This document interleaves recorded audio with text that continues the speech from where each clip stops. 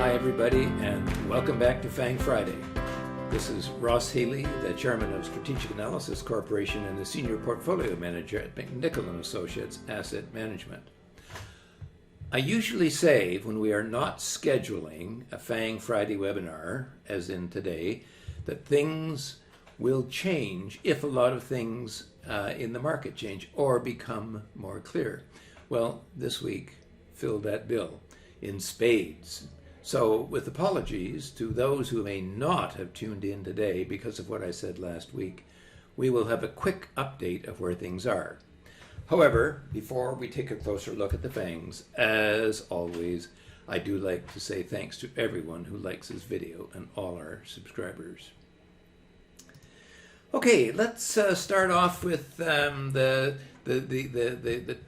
two stocks, the three stocks that were actually had been kind of trading in a channel, and the first one was Alphabet here, and this is so interesting, eh?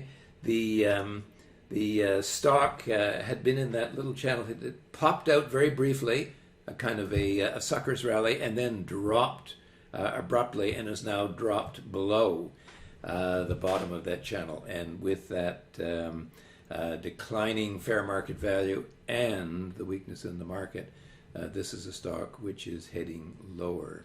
Certainly it did today. Meta, exactly the same story. Little channel here, it's now broken down decisively and has had quite a bad day today. Tesla, well, it had that kind of period of sloppy trading there, but it actually managed to recover from that and has stayed now within the channel between its HB4 and its HB5, which is 16 and 20 times book value. Unfortunately, of course, the fair market value is 72% lower than the stock at the present time. NVIDIA apparently has just come down to its HB2 price. However, you will remember from last week, okay, the stock had actually broken down below what we had taken to be its HB2, which is 12 times book value, but we have now suddenly got a new balance sheet which has suffered a fair decline in value. So, in a sense, we haven't broken down. However, when I look at what's going on in the industry, and leading the way down has been Intel, and sharply down, I don't place a lot of stock in any kind of a rally here for NVIDIA. Amazon had broken out, remember, over its HB1, that's 9.5 times book value, but of late has been trading on either side of it. Again, kind of low-level sloppy trading, just back and forth, back and forth. Again, given the outlook for the earnings, I am not confident, and I think that the the bubble price, which is 7.4 times book, is coming back into sight now. Apple, I unfortunately am waiting for the new balance sheet. You can see here those two little diamonds there tell us that the next balance sheet isn't due for a while. If the balance sheet has continued to slide the way that it has been, maybe the HB6, which is 33 times book value, will turn out to be somewhere where the current HB5 is. This is a very confusing stock, and when companies are buying back stock, they do tend to mess up their charts. I have said that I've got no signal to sell the stock, but I don't like the stock because it's very, very expensive. Microsoft is a bit of what I might call a bright light. Look at that. Remember on the rally up to the HB2, I said, hold your horse, the stock is going to come down. It should have come down earlier, but I said, look it, we're not doing anything about this stock until we get a move to its HB1, which is 9.5 times book value. And as promised, it has happened.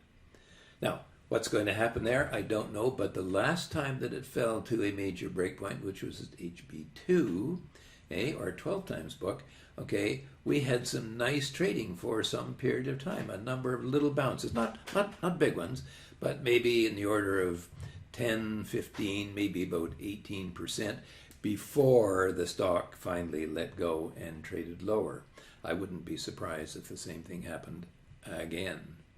However, watch this stock, because what I show here is the very long-term picture, and a picture of what I call the jaws of death, where the valuation moves up and up and up and away and away and away from its fair market value, which you can see here, until eventually they come together.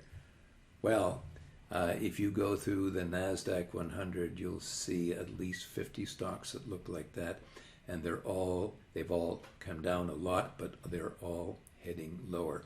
So be very careful if you hold any NASDAQ stocks that look like this. Finally, is kind of a bright light from my point of view, which is Netflix.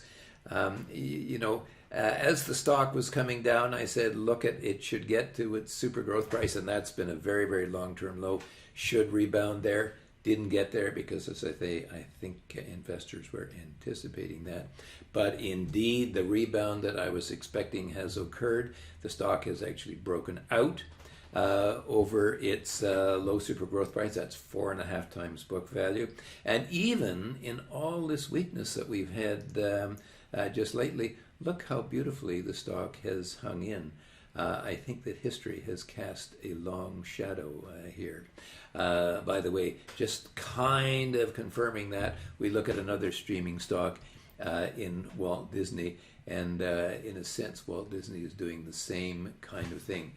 Broke out, pulled back to its growth price, 2 times book value, but has been kind of reluctant to let go even in this market weakness. In summary, first of all 3 of the market indices, the NASDAQ 100, the S&P 500, and the S&P TSX, have all abandoned any efforts to hang in at their key and critical valuation levels. The next step down is here and upon us. As far as the individual FANGs are concerned, here goes off the top, as it were. First, the FANGs, which were trading in a manner that I termed as sloppy, which were Alphabet, Meta, and Tesla. 2 of them have now delivered a clear message. Alphabet and Meta are heading lower. I didn't like them anyway because of their falling earnings trends, but they have now broken below their own short-term trading channels. I don't like the look of Tesla, but I can't provide any downside guidance, at least yet. NVIDIA has not broken below its new support level yet with its new balance sheet, but the industry trading patterns are terrible. I suspect that Intel is showing the way for NVIDIA shareholders, and I would pay full attention. Amazon is just sort of hanging on, but I use the term sort of with full knowledge of how I'm using it. Apple's an unknown, although by the time we get an updated balance sheet sometime in November showing where the actual HB6 price is, 33 times book, a lot of damage may have been done. At least 2 of the FANGs may be possible bright lights. Microsoft shares have finally reached my HB1 target that I promised you would transpire, and perhaps a modest bounce or 2 or even 3 can occur. Look closely at what happened at the HB2 12 times book on that setback some while ago, and you might be able to judge how much of a rebound may be possible. But note those jaws of death. About half the NASDAQ 100 looked like that 8 months ago, and you know how much damage has occurred. And by the way, there's a lot more to come. Netflix is a sort of a teacher's pet, as it were. It's behaved beautifully in line with its previous actions at its two very long-term lows at its super growth price. That's 3.5 times book, as I had thought and forecast. And I would hang in there with the shares. So, lots to think of this week. As we've seen over the past 3.5 years of our FANG Friday telecasts, these behemoths have provided many opportunities to trade, both on the long and the short side, and nothing has changed this week. Clearly, from what you have seen today, this is likely to continue to be a difficult market to navigate without some clear channel markers.